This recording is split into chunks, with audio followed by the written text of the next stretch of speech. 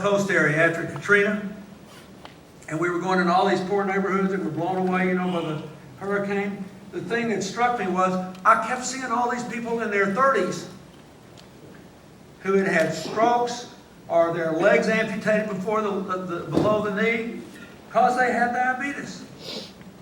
Now, this is not just an American problem.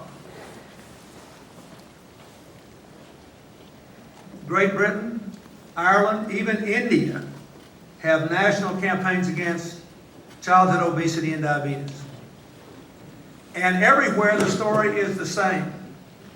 The people most at risk of being both dangerously overweight, dangerously undernourished, and dangerously underexercised are those who have just enough money to live on, but not enough money to eat right on, cook right on, access exercise.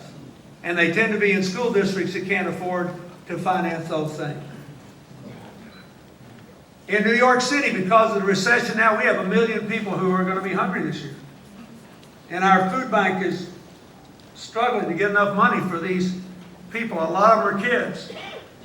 But just in the crazy way this works, as hunger goes up, so does the number of people go up at risk of obesity and diabetes.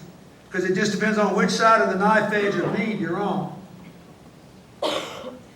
So I figured one of the things I could still do about the healthcare system is make it cost less by helping people stay healthier.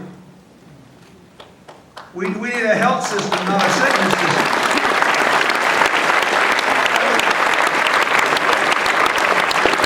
We need to have 5,000 schools in a network, including more than 200 here in Florida, who work on improving the school lunch offerings, who work on trying to improve exercise options, not just for the students, but also for the staff. And on bringing the parents in. We have 1 million kids in our internet network who access our information about how they can live a healthier lifestyle and go try to convince their fellow classmates to do the same. We just had our annual meeting where we recognized the best programs in the country. There were 114 schools this year we recognized. 25 of them, a full 20%, were from Florida.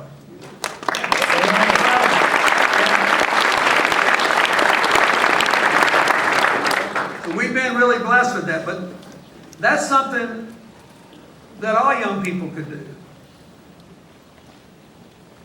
Help people stay well in the first place. It's hard to think when you're sick. So that's one example. Let me give you another example. For college students. Almost 5 years ago now, I started organizing at the opening of the United Nations in September every year, when people come from all over the world, all the leaders, a meeting called the Clinton Global Initiative. So I invite all these political leaders to come meet with business leaders, religious leaders, leaders of philanthropic groups, leaders of local non-governmental groups that are trying to solve problems as private citizens. And we fly people in from all over the world who cannot afford the plane tickets themselves to make sure we got a good distribution. And then we sit there for 2.5 days, and all we do is talk about how to solve problems. Nobody really gives a speech. We have bigger meetings and smaller meetings. They're all conversations. People are driving toward solutions. If the Secretary General of the UN or the President or the presidential candidates come, I'll let them talk 10 minutes max. Everything else is about work. What are you going to do? And in our meeting, as far as I know, it's the only one of its kind in the world. If you come to that meeting and you don't make a commitment to do something, to either reduce poverty and increase economic opportunity, or deal with the health or education crisis in America or around the world, or fight climate change in a way that creates economic opportunity, or promote reconciliation among people of different religions and races and political groups, if you don't make a commitment, or if you make one and you don't keep it, you can't come back again. We won't let you come back. It's not one of these meet and greet and jaw. You got to stand and deliver. And in In 4 years, we're about to have our 5th meeting. In 4 years, we have started programs and galvanized them that have already improved the lives of 200 million people in 150 countries. And over 10 years, we'll invest $46 billion. Why? Because people are asked. The only reason anybody wanted to do that is that they felt they were in an environment which was real, where they honestly debated with people that knew what they were talking about and had radically different experiences. These things. It's not unusual to come to one of my meetings and see a former Prime Minister of Canada sitting down with somebody who heads a small non-governmental group in a remote part of India, or Papua New Guinea, or Zimbabwe, or Tanzania. And they're all thinking about the same thing. So, I ask you all to think about that here. So a couple of years ago, somebody said, well, what about all these university students? They've all got service projects. They're all doing things. So we started having one for university students. And they don't have to spend any money at all if they don't have it, but they have to make a commitment to do something, or they can't come up. And we've had an amazing 2 meetings. We had one in Tulane where Katrina occurred 2 years ago. Then we had one this year at the University of Texas. And those of you who are university students can participate in that.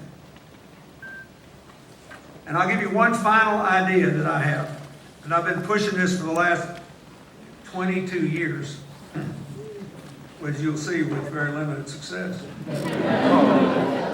22 years ago, I was on a panel, an education panel, that the Carnegie Foundation sponsored with the then governor of New Jersey, Tom Kean. He was a Republican representative, I was a Democrat. And we became, I think, the first public body to say that we thought community service should be put into the curriculum of the school system. That everybody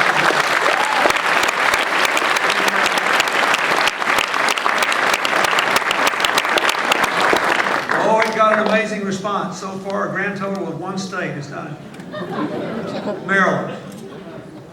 By no accident, the principal sponsor in Maryland was the then Lieutenant Governor, Kathleen Kennedy Townsend, the daughter of the late Senator Robert Kennedy, who started as a senator of the Bedford-Stuyvesant Corporation in New York City, in one of the poorest areas of New York City, to give citizens a vehicle, a community development vehicle, to change their own destiny.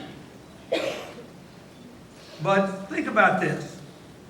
Every high school's got a football team, a basketball team, a band, the cheerleaders, uniforms. They brand the school. In America, we have 1 million non-governmental organizations, citizens groups that do all kinds of things, everything from the local United Way to the Gates Foundation. Why shouldn't every high school in Florida have its own non-governmental organization? Why shouldn't it be an exercise for the students to write to the federal government and apply for tax-exempt status so they can go raise $1 here, $10 there, $100 the other place, to do things that the students themselves decide their community, their families, their neighborhoods, their schools need. Maybe they need to build a jogging track. Maybe they need to do something else that can't be afforded any other way. Think of what an education that would be. And think of what it would be like if when every young person in Florida graduated from high school, they identified not just with their athletic teams and their choirs, their bands, but also, and whatever academic achievements they had, they also could tell you what their school's service organization was and what it did and what it meant to people. Think of what it would do. There will always be a need for citizens to be active. You know, when I was the age of all the young people in this audience, if you asked young people to write a definition of good citizenship, they would say something like this. You should stay in school as long as you can and do as well as you can, and then when you get out, you ought to go to work and work as hard as you can. You ought to pay your taxes and obey the law.